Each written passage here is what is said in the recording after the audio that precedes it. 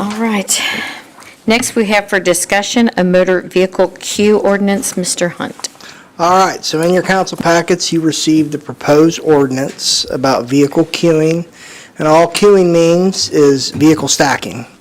And that originates from a business onto a public right-of-way. And a lot of times it's creating life safety issues and standards to address it. That's really the ordinance. But before I get into the ordinance, I do want to be clear that this is not about any one specific business.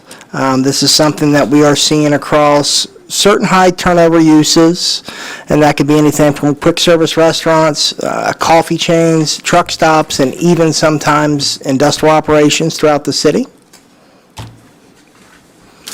So let's start with the problem. If you turn your attention to the screen, you can kind of follow along with some of the bullet points that I have.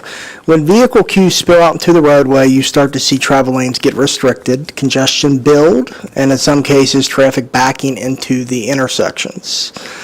That alone is an issue, but what it really becomes a concern is when it starts impacting emergency response and overall roadway safety. This isn't new. This is something that we've dealt with for years, and we've addressed it in a variety of ways, mostly at the development stage or through zoning and site design. So during the last zoning update, we required an increased on-site stacking standard. We did some stuff with internal circulation, and there were other minimum standards that we did to keep traffic on the property. And for the most part, it solved the majority of the issues that we were having with fast food restaurants specifically. I would say it was probably about 99% effective. But there was obviously some gaps because there's still some issue out there. Zoning and design standards can account for physical design, but it doesn't fully account for how a business operates day to day. Things like grand openings, promotions, mobile ordering is a big one. That's something the last time we did our zoning regulation, mobile ordering only lanes wasn't even a thing. Or limited service capacity. They can all push demand beyond what the site was designed to handle. And these aren't hypothetical situations. We've seen it and we've been documenting it throughout the city of what's going on. So when that happens, it's no longer a business issue. It becomes a public safety issue. And that's why we're here tonight. We're here tonight to introduce standards and address the issue head on. So the purpose of the ordinance, pretty simple really. It's to protect the public right-of-way, maintain safe traffic flow, and make sure emergency access is never compromised. It applies broadly to commercial, industrial, and non-residential uses, and it establishes a clear line. If your business activity is pushing traffic into the public right-of-way, that is where the issue begins. And it also gives us something we haven't had before, which is consistent, enforceable framework.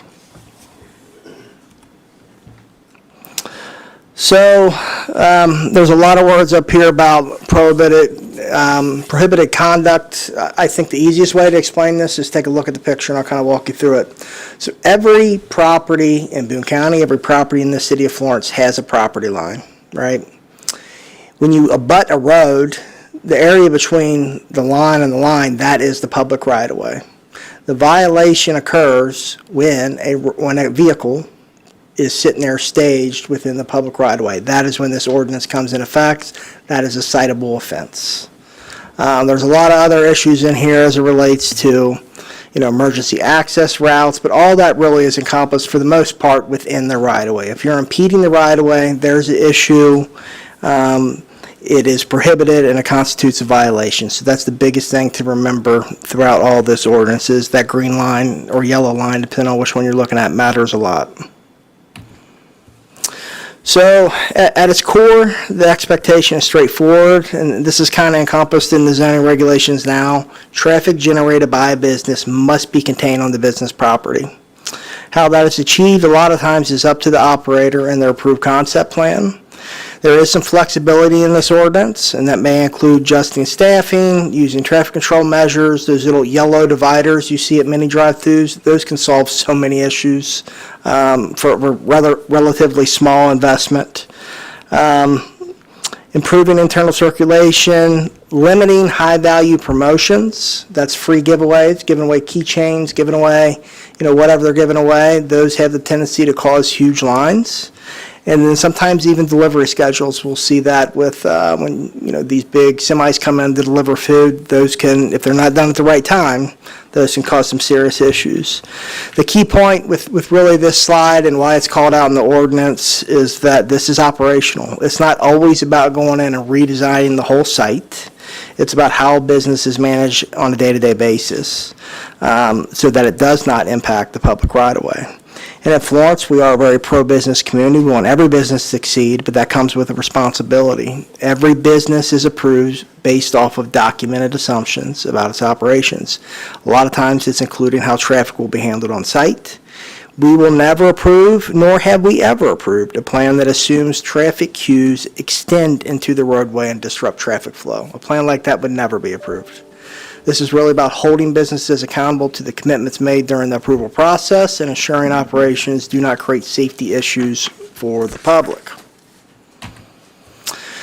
The Emergency Operational Authority, this is probably one of the most important tools in the ordinance. And all this really says is that a police officer, code enforcement officer, somebody from the fire department goes out on site and there is a major life safety issue. You got cars stacked out onto the road.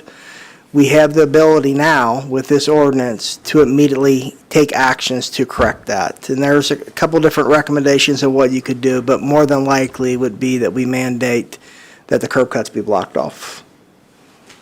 That is the quickest way to fix it, and it has worked in certain circumstances.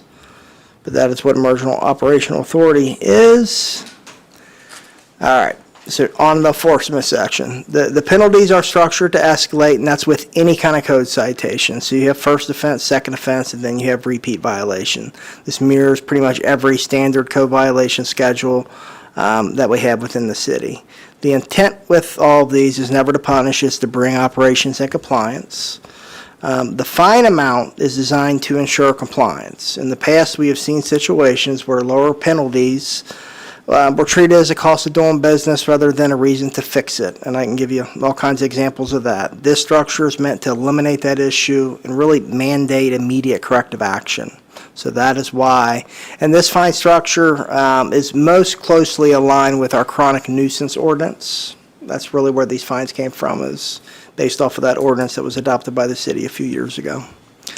So with that, that's a very high-level overview of a very draft ordinance that Tom is still kind of going through and buttoning up certain pieces of it. But it's kind of new. It was written to address some issues that need addressed. And I'm happy to answer any questions that you may have about it, if any. I just reiterate, this is not targeting any one specific business. Sure. There are multiple different classes of businesses that do tend to cause an issue for our residents who are trying to get around town.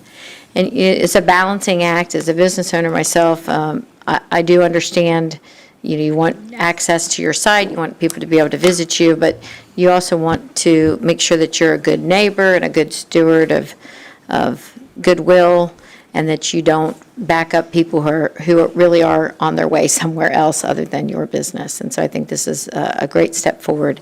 Does anyone on council have any questions for Mr. Hunt? Ms. Chambers? I just want to make the comment, great job, Josh. Oh, well, And- thank you. I guess my only question is, if you have a very small business and they have a one-off situation and they're charged this $1,000, do we have any flexibility with that?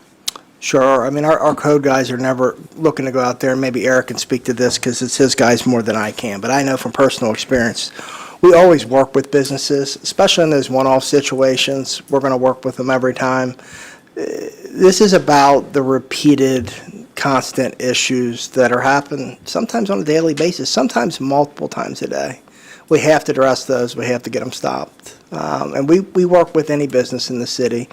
We always ask that they reach out, kind of let us know what's going on. A lot of times it's something that can be solved relatively easy, but we'll absolutely work with them. Thank you. Anyone else? Ms. I Cable? don't have a question. Rather, I just want to say that I do appreciate this because it is about safety. And I'm, again, not naming anybody, any business per se, but this is something that I think will be a tremendous asset for the city. So thank you. Good, thank you. Thank you. Any other discussion? All right. There's no need for a closed session. I'll entertain a motion to adjourn. Ms. Whalen, second by Ms. Cable. All in favor? Any opposed? Motion carries. Thank you all for coming.